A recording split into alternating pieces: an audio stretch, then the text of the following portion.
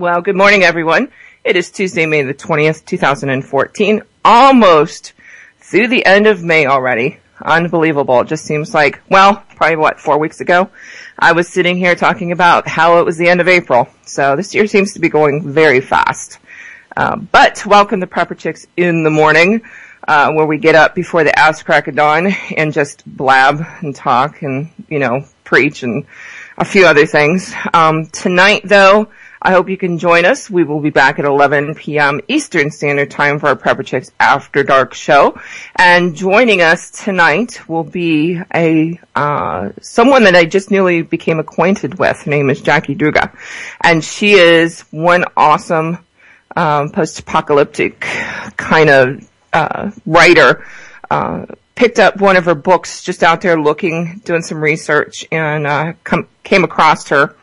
Picked up her book titled Last Woman, and it is pertaining to a downgrid situation, and she wakes up in a bizarre circumstances, and it goes on to talk about how she becomes acquainted with a few more characters in the book, and definitely out of the box thinking, and I'm hoping we talked to her, but we put it up in our Prepper Chicks Amazon These Are the Books I Like kind of page that we have going on. You can find it on our website, prepperchicks.org.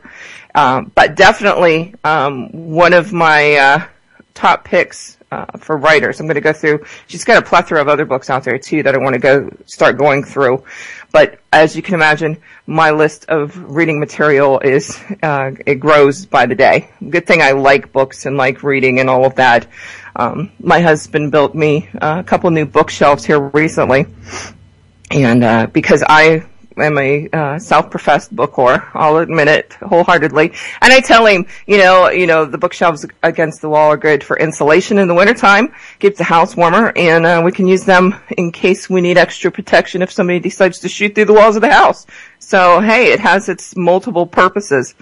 So, definitely, not a useless prep, that's for sure. But, looking forward to tonight and talking with Jackie. So stick with us. Come back to UCY.TV later tonight while we play some Conflicted. If you don't have a deck, grab one. They're up on our website. It's a deck of 52 cards. Absolutely love them for training mindset and opening conversation, especially with new prepper groups. An awesome tool to have. Cheap, easy, small, containable. I have the two original decks, and then G. Michael Hoft, who will be with us next week to talk about his third part of his series of post-apocalyptic books, will be with us, both in the morning and back with us that evening to play some Conflicted. So really looking forward to that. He has a deck of cards now pertaining to his book series, The End and all of that. So I've seen the deck. It's an awesome deck. It's a great thing. And I know that JD, who created the decks, is also creating one for Angry American. So, in his book series. So, as I've said and preached in the past, these books are awesome tools to open up minds. I know a lot of people have come into the preparedness world just by reading books like 1 Second After and Lights Out and The Patriots and things like that. So it's the possibilities out there, and it opens people's minds up to that. And I think they're a very useful tool and a great thing to have in your prepper library. At least that's what I keep telling my husband when I keep buying them. Anyways, but heads up, coming up this Wednesday evening, they are expecting some strong storms, especially for my hometown peeps here in Indianapolis. You need to be really on the watch. They're expecting some strong winds, hail, et cetera, et cetera. Then if we can make it through that, it looks like we're good until next Wednesday. I know last year I was thinking it was kind of weird because it seemed like it rained every Friday. Just the cycle the weather was going through. But every Friday we were guaranteed some kind of storm. This year it seems like it's on Wednesdays. So just keep your eyes to the skies, pay attention, and prepare ahead of time. Now is a good time to make sure that you have your weather radios, your phone chargers, extra lighting. I think it's safe to say that the day of the candle might be behind us, which might be a good thing, just because of safety reasons. But they make a lot of good solar-based emergency lighting that you can get. And if it all comes down to it, go rip your solar patio lights out of the yard and bring them inside and recharge them during the day. If you think wisely before you purchase your solar lights for outside, get the ones that actually have the little rechargeable batteries in the top. Then you can recharge your batteries for other things that you might need them for and still be able to recharge them outside during the day. So, but if you are choosing to use candles or any kind of fire, make sure that it's safely contained. One thing that we see on a normal basis any time there's a situation is, unfortunately accidents happen, homes catch on fire, and that's not a good thing. But going forward in the news, just some things that make you go, mixed feelings on this one, and I just posted it, so I need to vet it out a little bit more. But Kentucky School, a school in Kentucky, is going to allow transgender students access to opposite-sex restrooms. Following a request from a transgender student, a Kentucky high school has approved a new non-discrimination policy which will give male students access to girls' restrooms and vice versa, as long as students identify with the opposite sex. Last month, a freshman student at Atherton High School in Louisville, Kentucky, asked the school's principal if he could use the girls' restroom and locker room. The student claimed to be transgender and said he identified as a girl, even though he reportedly has a girlfriend. According to reports, the high school's principal, Thomas Alberly, granted the student's request. This decision prompted complaints from several parents and students who were concerned about a male student using the girls' facility. I need to dig in and find out, more details on that one. And like I said, definitely have mixed feelings. Another good reason why I homeschool. Definitely things are getting sticky in schools, if at all. I've been homeschooling now for several months, and I know there's at least one radio show out there that explains the situation and why my husband and I chose to remove our youngest child from the school system. But, we have more control over who has access to our child and what information they get. And a lot of people that I talked to previous to homeschooling said their only regret was that they didn't do it sooner. I would agree with that. I was talking to a friend of mine the other day, and I'm still working through, but it's gotten better. I can say that but I still have almost a guilt feeling. I don't really know that many people that homeschool to begin with. My whole entire family has always gone through the public school system. It's just the way we were programmed. My family, anybody I associated with went through this public school system. So it's definitely been a learning curve for me and a different kind of mindset. And you work through not only trying to put together, the curriculum that you think your child needs with no formal training. And luckily I have plenty of books on the subject now. And I do have a friend in Ohio, who runs the Hall of Fame Mom website, who has homeschooled her boys. She's been on the radio show in the past. Known her a long time, trust her judgment and all of that. She's been a big help in determining the progress that we make, but still feel slightly guilty, when I have my child out and we're out in the store in the middle of the afternoon, people are looking at you like, why isn't your child in school, kind of a thing. But, it's gotten, that's usually gone within minutes of, that feeling taking over. But, definitely, every day I wake up and just reinforced with the notion that we made the right choice. Is it for everyone? That's up to you. But I can tell you honestly that I'm very happy with what we did. Is it hard? Yeah. Oh, hell yeah, it's hard. It's not easy. I will fully admit that, your child, first of all, thinks they can take a little bit, easier stance with you. So we're working through that stuff. But, let's move on because I will, go into a whole tirade on, the public school system.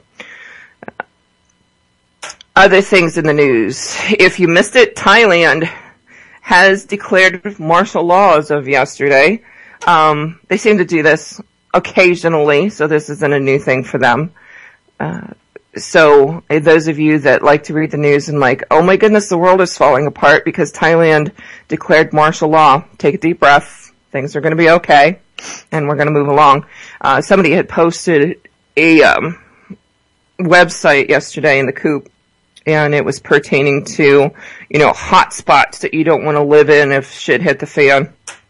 And it had all these little red circles on it and things like that. Common sense would tell you not to live within or around any kind of major city if there's a downgrade situation, because it's been a known fact and there's plenty of research that you can go through out there that people aren't going to act most civilly when they run out of food and necessities and things like that. And it's a proven fact that trying to bring supplies into a larger city, let's take Indianapolis, for example. If there's a downgrade situation, you've got, 485 that runs around the city. I've always said that will become the boundaries for the FEMA camp, and Indianapolis itself will turn into one giant,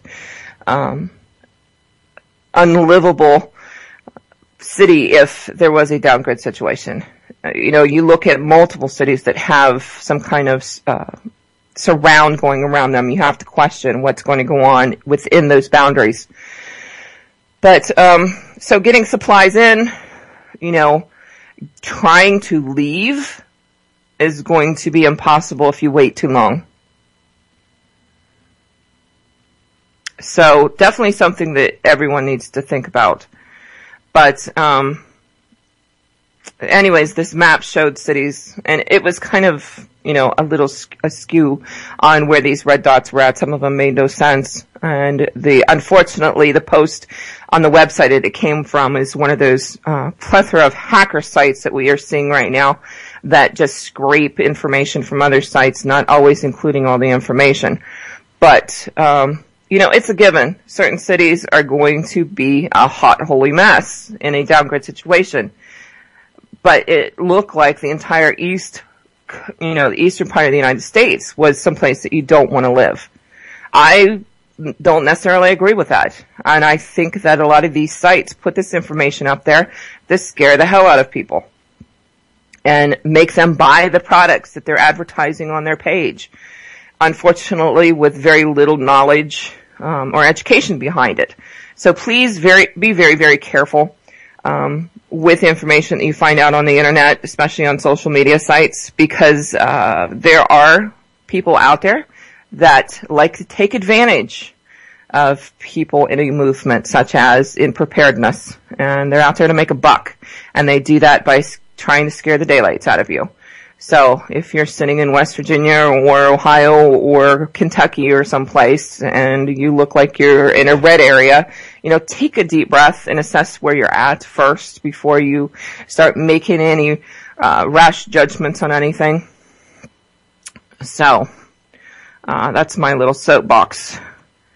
Let's see what else is in the news. It makes you go, starting here in a couple days, the spectacular meteor shower will be visible on the morning of May 24th. So we have 4 days when the Earth for the first time will pass through comet 209P Linear's leftovers. Astronomers have been making arrangements all over the world to see the event, with many expect to get together in Dubai's desert as a spot away from the light pollution.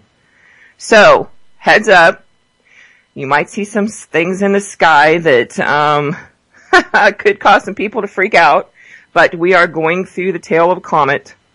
And is it something to be concerned about? Could something fragment and hit Earth? Yeah, it's quite possible. But the world is not going to end.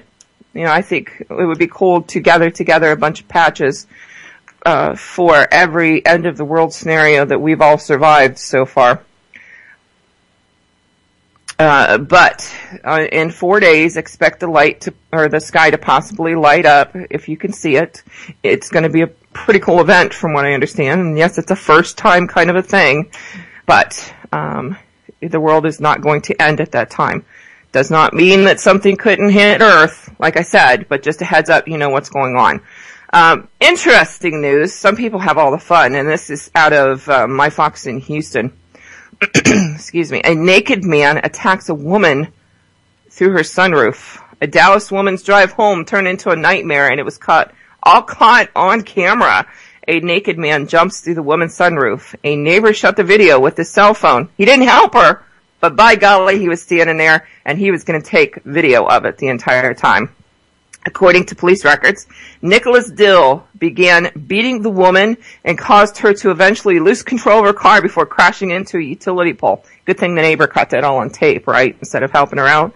The woman spoke after the attack and said she was paralyzed with fear during the attack and couldn't move. Dallas police arrested the suspect and believed he was under the influence at the time of the attack. Well, no shit, you know. But back to the woman spoke after the attack and said she was paralyzed with fear. Ladies, you know, it's time to wake up. It's time to take responsibility for your own protection. This woman was obviously by herself in her car. And there is some nice video that goes along with this too. Unfortunately, they did blur out parts of it. But, you know, who's going to protect you? This is just random stuff. This guy was under the influence, and more and more in the news, we see people under the influence of various things. Alcohol, drugs. You know, I question, you know, the unseen too.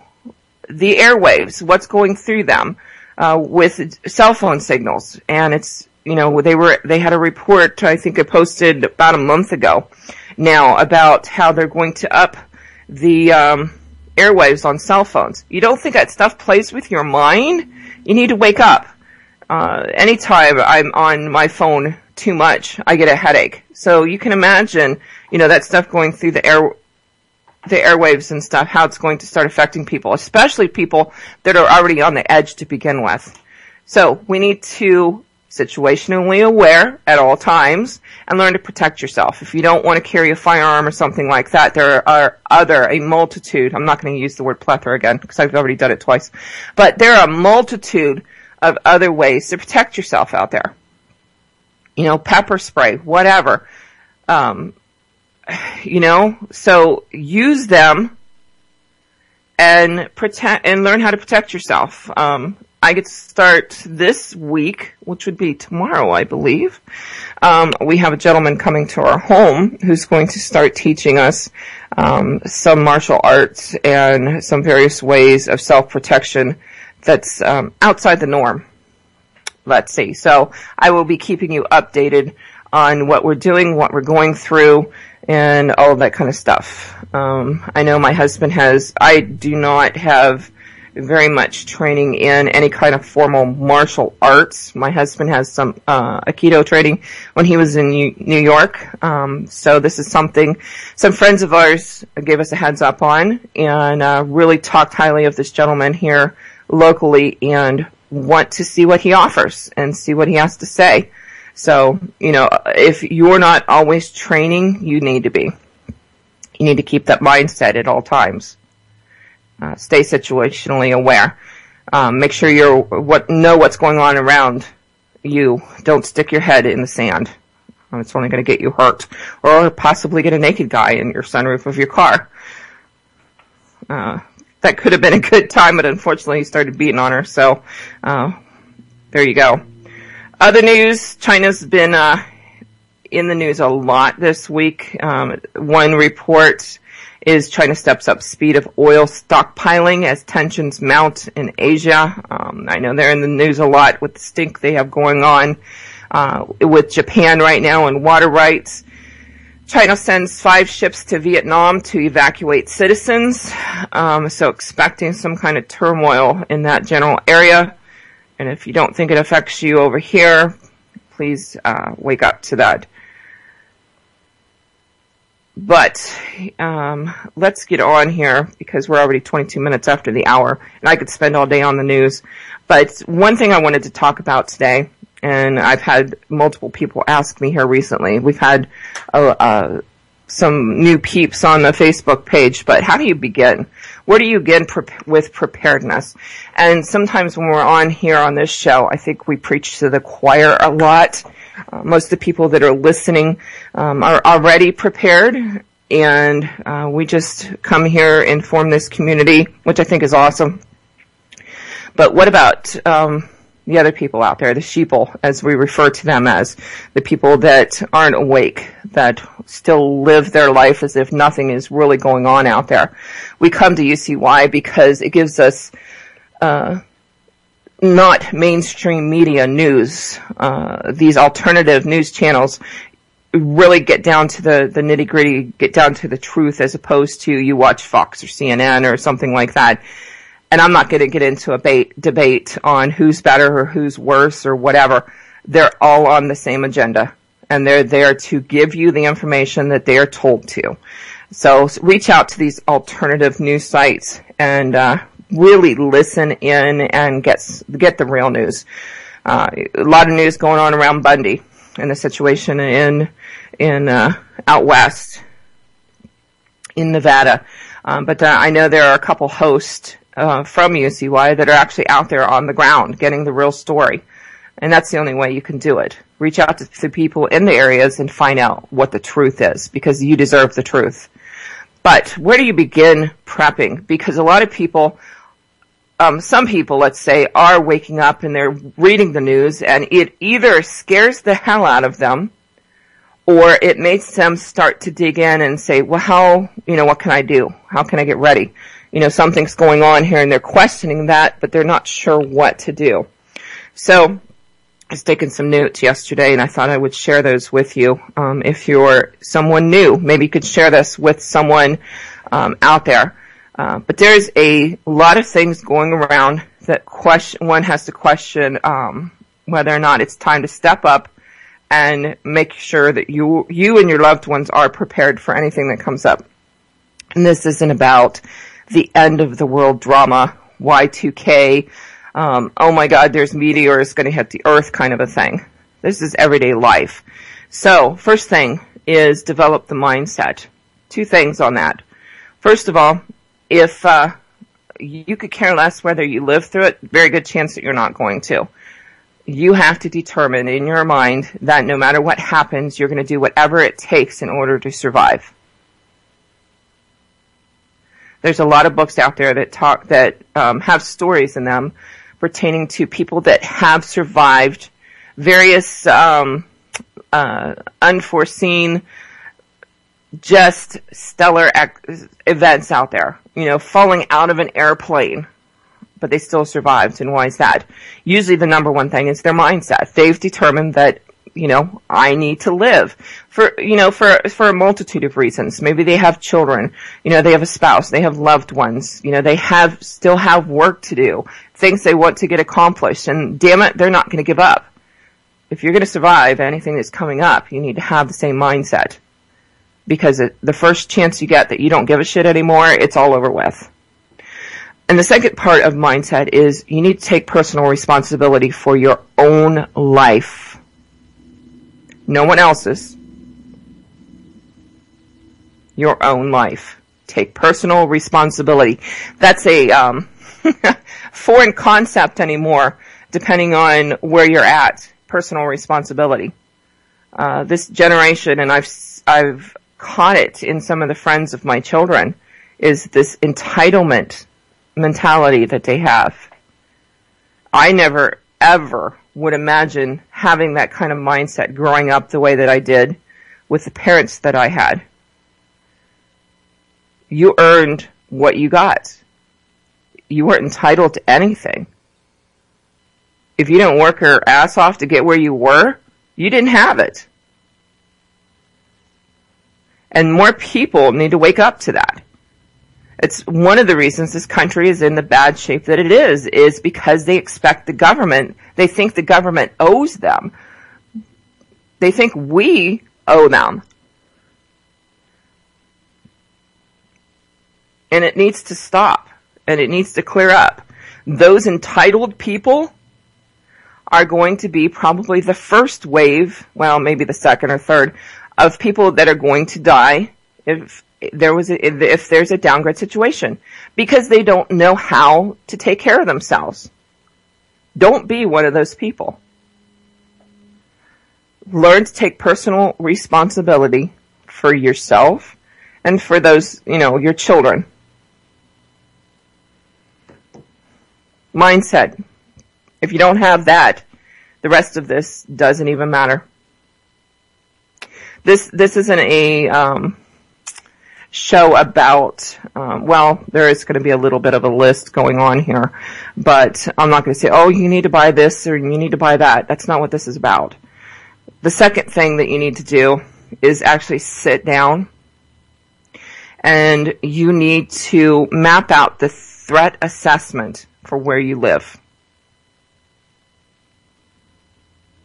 Don't just start prepping and preparing for just anything out there. It makes no sense at all.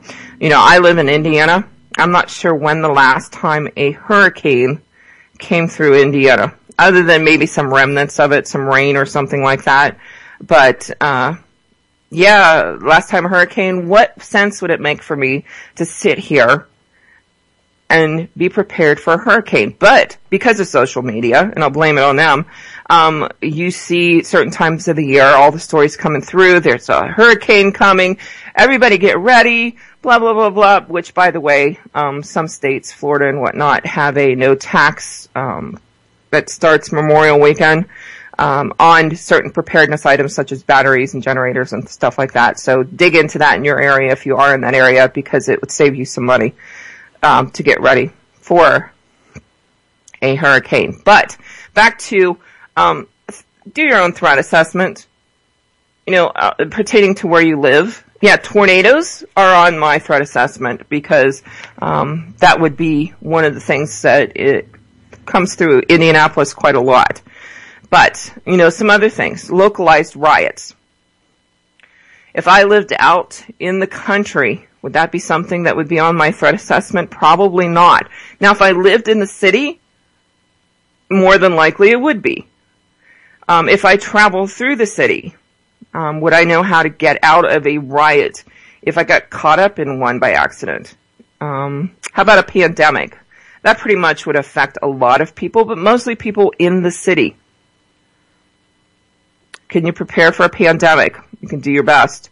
An economic fall from the government. I think everybody agrees that this country is going downhill fast, and that would affect quite a few people, both in the city, the country, especially if you're not prepared. But you can take some of the burden off of that by making sure that you're getting ready for something like that now. A personal economic fall, losing a job. I had knee surgery a couple of years ago and was off work for 6 months. My family had plenty to eat, didn't worry about that kind of stuff. 6 months I was off work with no pay. So, like I said, you need to assess your own situation. How about weather related again? Earthquakes. Earthquakes in Indiana, not entirely unheard of, but not the top of my assessment. Now, if I lived in California, might be higher up there. Oklahoma has seen a swarm of earthquakes for various reasons here recently. So Volcanoes? No. Is Yellowstone going to blow in my lifetime? I don't know. Is it top of my list? Probably not, unless I see more movement out of there. Not going to be high on my list of reasons that I would prepare. How about war? A war, any kind of war that would break out, World War III. Would it affect me here in Indiana? It's questionable. There are many aspects of that someone has to look at, because war affects not just people coming around with guns, but it's going to affect the economy and finding goods and all that kind of stuff. So eventually, yes, in Indiana, it's going to affect your everyday life, but right off the start, it's questionable. How about loss of personal freedoms? Do you prep for that? It's one of those things that we don't talk about too much because it's not politically correct.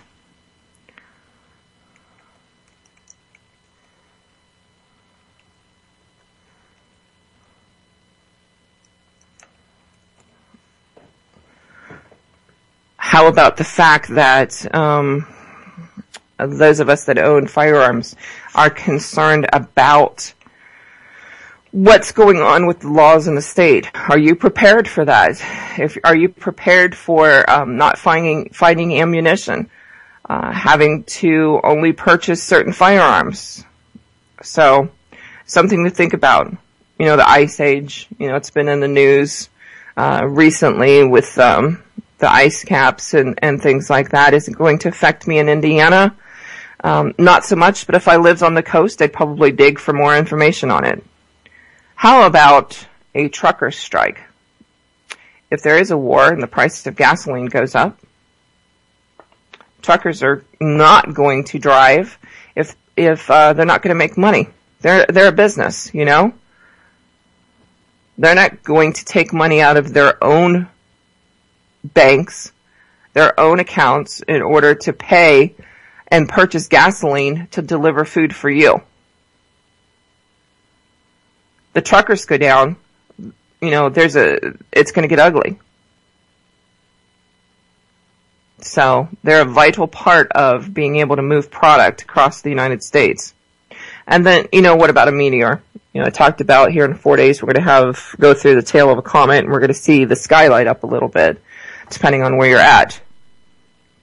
Could a meteor hit? It's always a possibility. It's something I prepare for, not on a regular basis. But if you're going to look at what's going to affect you individually, where you're at. Probably the economy, a personal economic collapse, that kind of stuff is going to affect me personally. Pandemic, that's been in the news quite a lot here lately, pertaining to the MERS virus. Ebola has just dropped off the map for some reason. Chickenpox, I think, and measles were going around. So those are the kind of things that I would look at first. Then go more local. What do you see locally? And then a smaller region, such as tornadoes. For me, anyways. So, but the first thing that you need to do is develop that mindset, and then do your threat assessment that makes sense to you, instead of wasting your time and wasting your money on things that aren't going to affect you. Just don't hop on a bandwagon because everybody else is doing it. Another thing that you need to look at is how you yourself can reduce your own debt. Credit cards. If you choose to keep a credit card, is it paid down? How much debt do you have?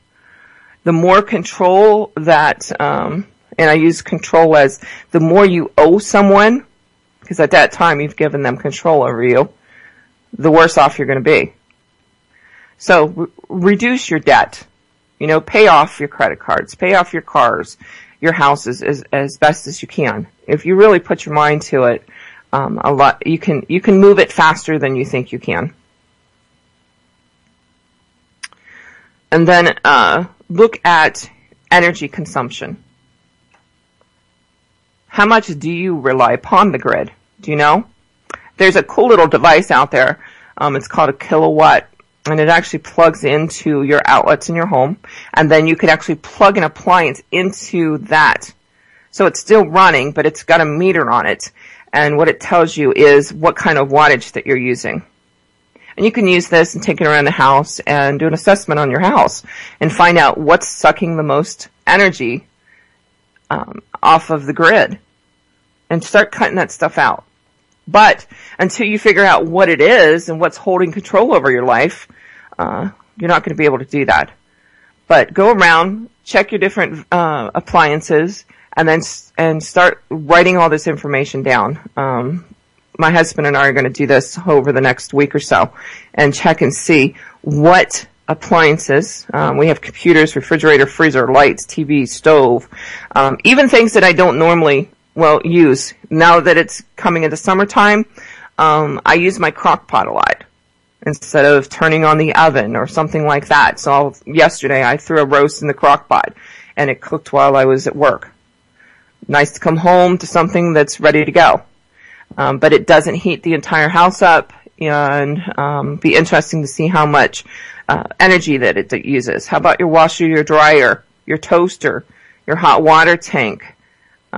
Doing some research, it's the hot water heater. Heating hot water is probably one of the largest power consumers in your home. So I want to check into that.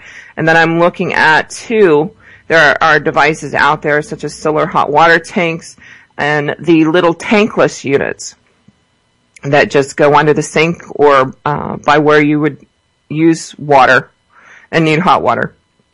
So what kind of wattage did they use compared to a typical hot water tank? It's getting to be summertime. How about your air conditioning? What can you do in your house in order to not use your air conditioning? And I will say we have an air conditioner that we use, and not always just to cool our house. My husband has allergies, and during certain parts of the year, especially when the trees are pollinating and things like that, he's absolutely miserable. So it does make sure that the inside of the house doesn't carry those pollens and he can breathe. So, it does double duty there. So going to check in and see how much power consumption it uses. The furnace, my husband wrote on my notes here that the furnace is gas, but it does have an electric igniter and things like that. How about any kind of toothbrush? I have an electric toothbrush. It'd be interesting to see how much power it needs to stay charged. Hair dryers, curling irons, all those little oddball stuff that you have. My daughter, every morning she's drying her hair with the hair dryer and using her curling iron. Heaven forbid if those things went out. So, just a little thing that we're doing just to see what's going on and see how much, and I'll be reporting on this too. But it's part of our getting off of the grid as much as we can. I question whether anyone is truly off of the grid, unless you don't have a Social Security card, birth certificate, or anything like that. I met some Amish people not too long ago, and, we always migrate towards that kind of lifestyle when we think about living off grid. And so we were visiting with them, and they are, and it's just the certain sect that I visited, and I don't know what that was at the time, but they are stuck. They're just like the rest of us, quite honestly. They have the propane lights and heating and stuff like that, and don't use electricity, so if the power would go out, they wouldn't even notice.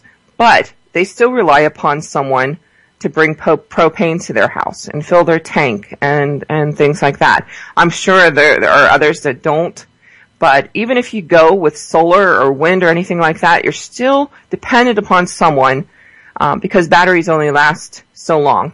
If you get the really good one, you might be good for 25 years. But if not, you still need pieces and parts. If something breaks, you're still dependent upon someone. So to go totally off grid, I would question.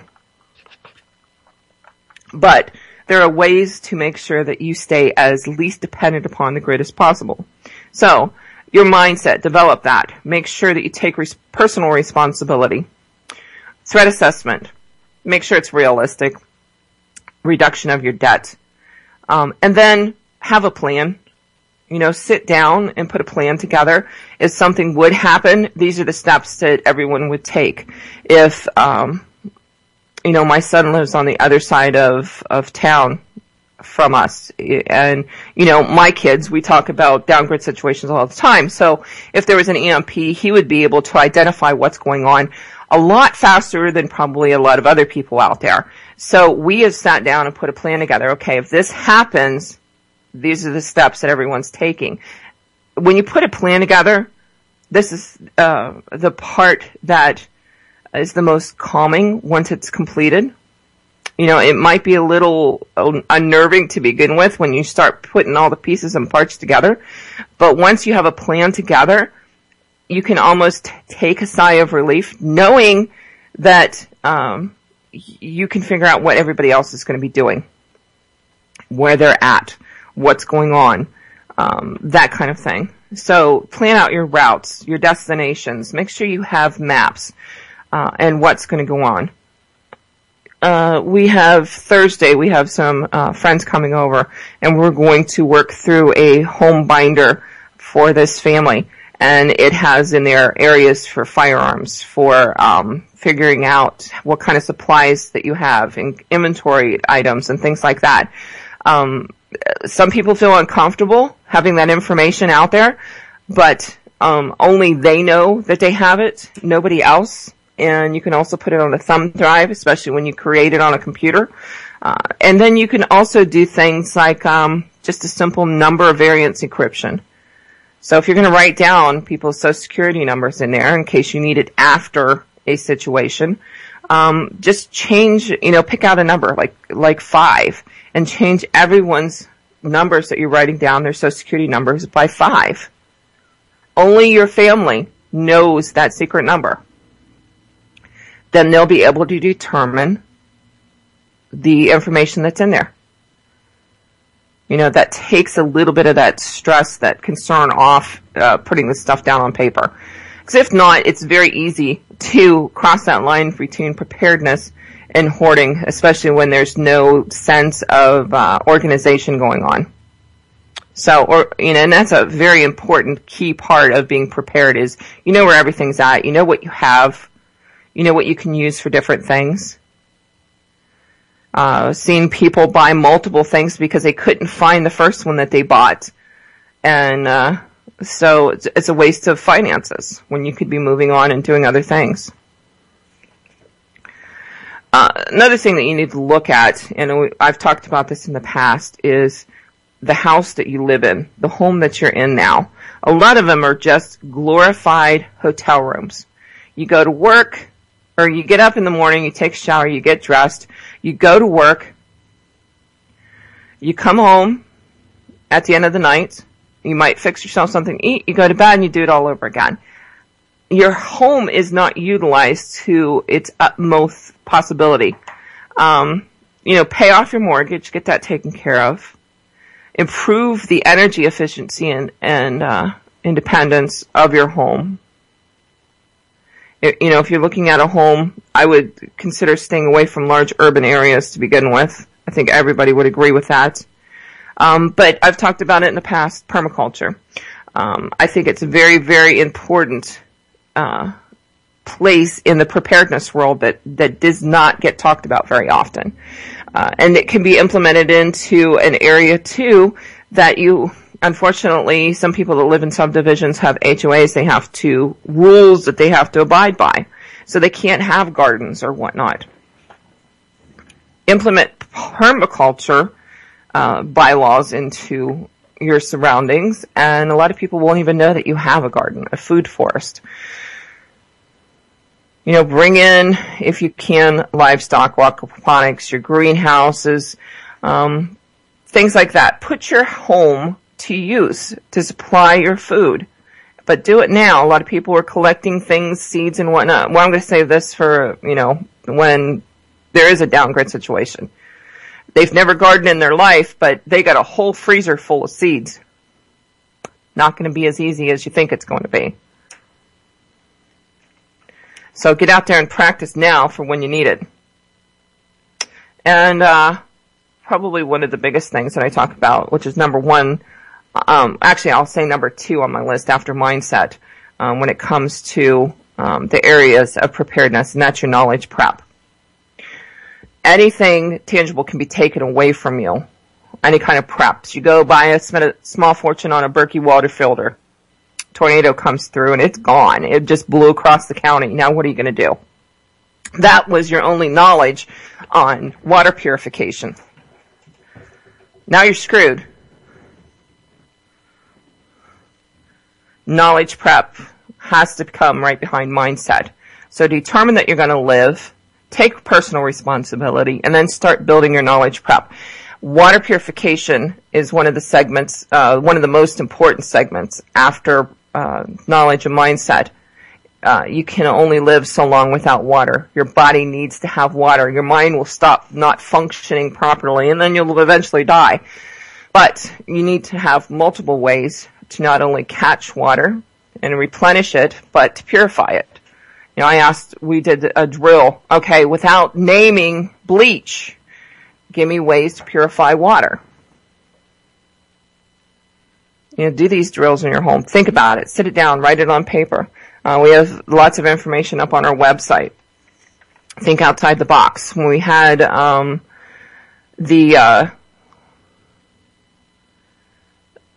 last Tuesday nights after dark, you know, our guest brought up the fact that, and something that a lot of people don't do, is think outside the box instead of, you know, the Berkeys, the Life Straws, things like that. What about some charcoal and some sand? Build your own water filter without having to have one of these fancy things that you buy in the store.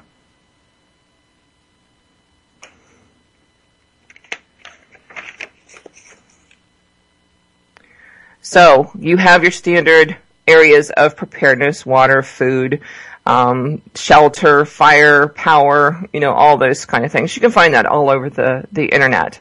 But some other things you need to think about. Make sure that you have a bob, multiple ones if you can, a bug out bag.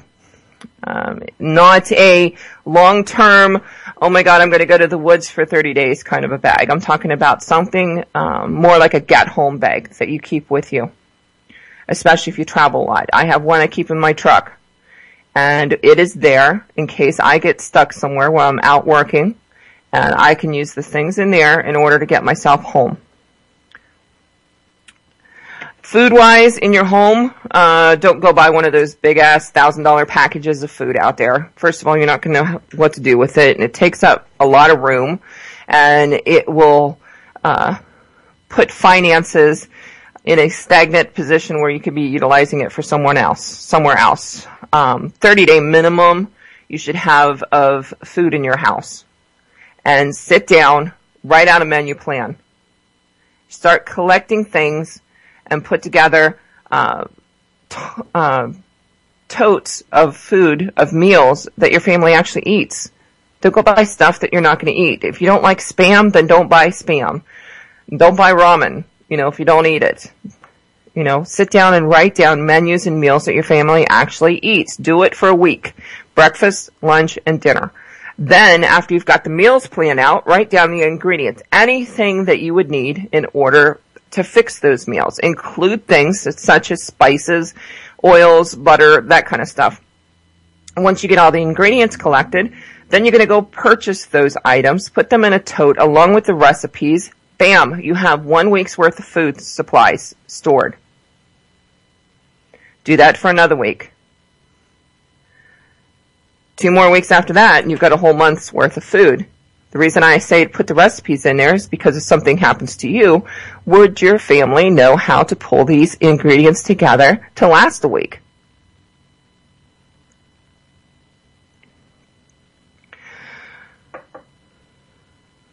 Make sure that you have an evacuation package put together of documents, important documents that you need.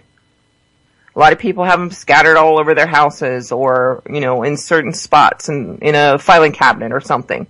If you had to leave your house immediately, could you gather that stuff together? Put together a package that has everything.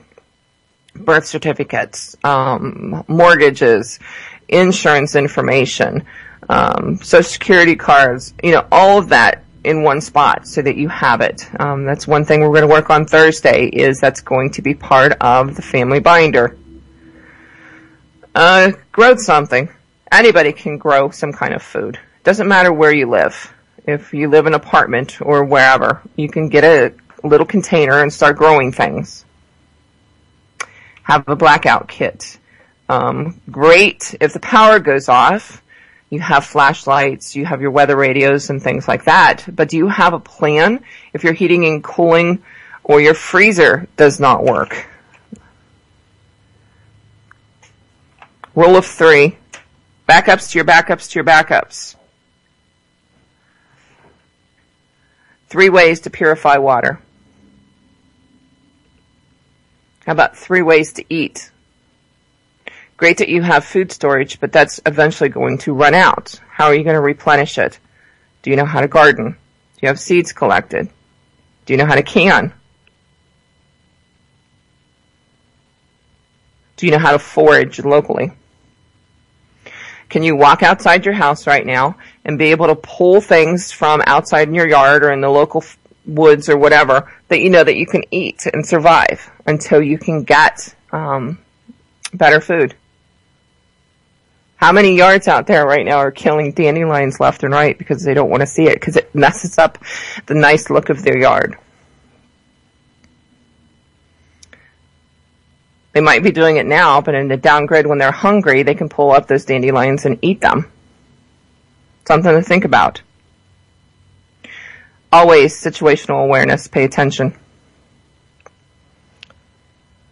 to what's going on around you, no matter where you're at. Learn how to fortify your home. You're going to bug in.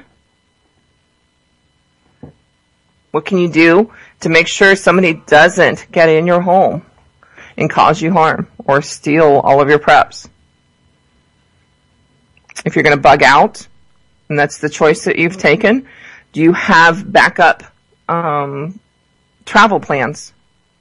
What happens if you get to your bug out location and somebody else is there already that outnumbers you? There's nothing you can do.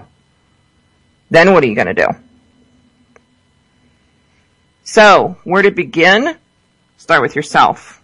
Develop your mindset. Take personal responsibility for your own life and for your family. Assess the threat around you specifically. Reduce your debts. Reduce your dependence on outside sources. Get a plan together.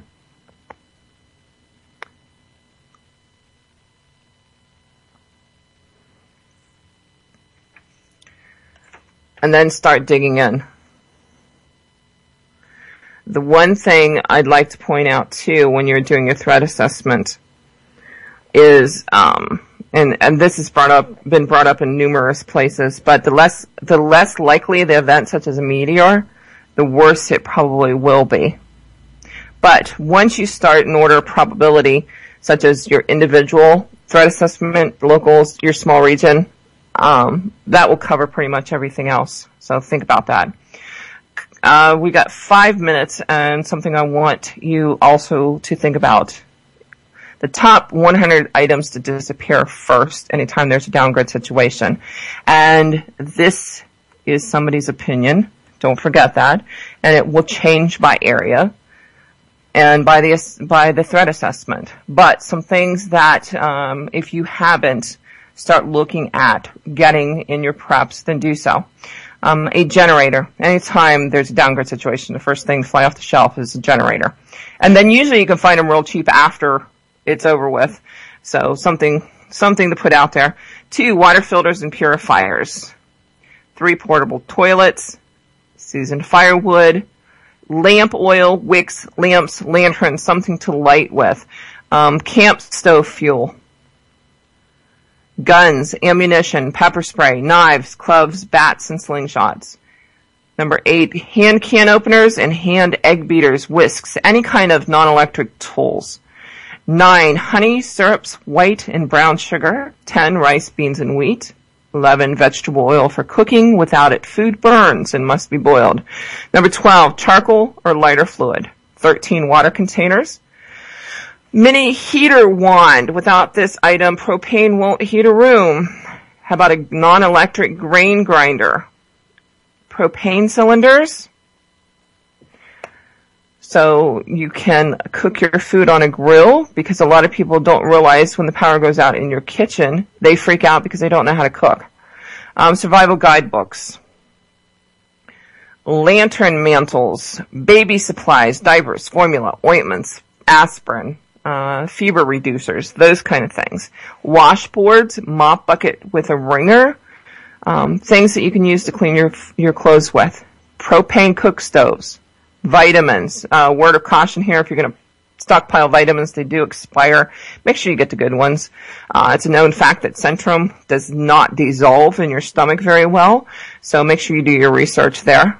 Propane cylinder handle holder.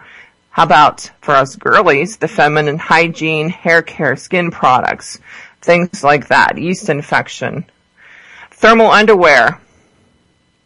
Bows, saws, axes, hatchets, wedges, honing oil, anything that you would need to chop wood with. Aluminum foil, gasoline containers, garbage bags, toilet paper, Kleenex, paper towels, milk, powdered and condensed milk, garden seed, and of course make sure they're non-hybrid, heirloom, non-GMO seeds, please. Clothespins, lines and hangers, Coleman's pump repair kits, tuna fish and oil. It's hard to find anymore, I noticed. Fire extinguishers, and or things outside of fire extinguishers, baking soda, salt, those kind of things in case you need it. First aid kits, batteries, garlic, spices, vinegar, baking supplies. How about big dogs? Anytime there's a downgrid, your alarm doesn't work, a lot of people go and purchase big dogs. And of course, with big dogs, you need plenty of dog food. Flour, yeast, and salt, because now we're cooking old school. Matches, writing paper, pads, pencils, solar calculators, insulated ice chests, work boots, belts, jeans and durable shirts, flashlights, lights.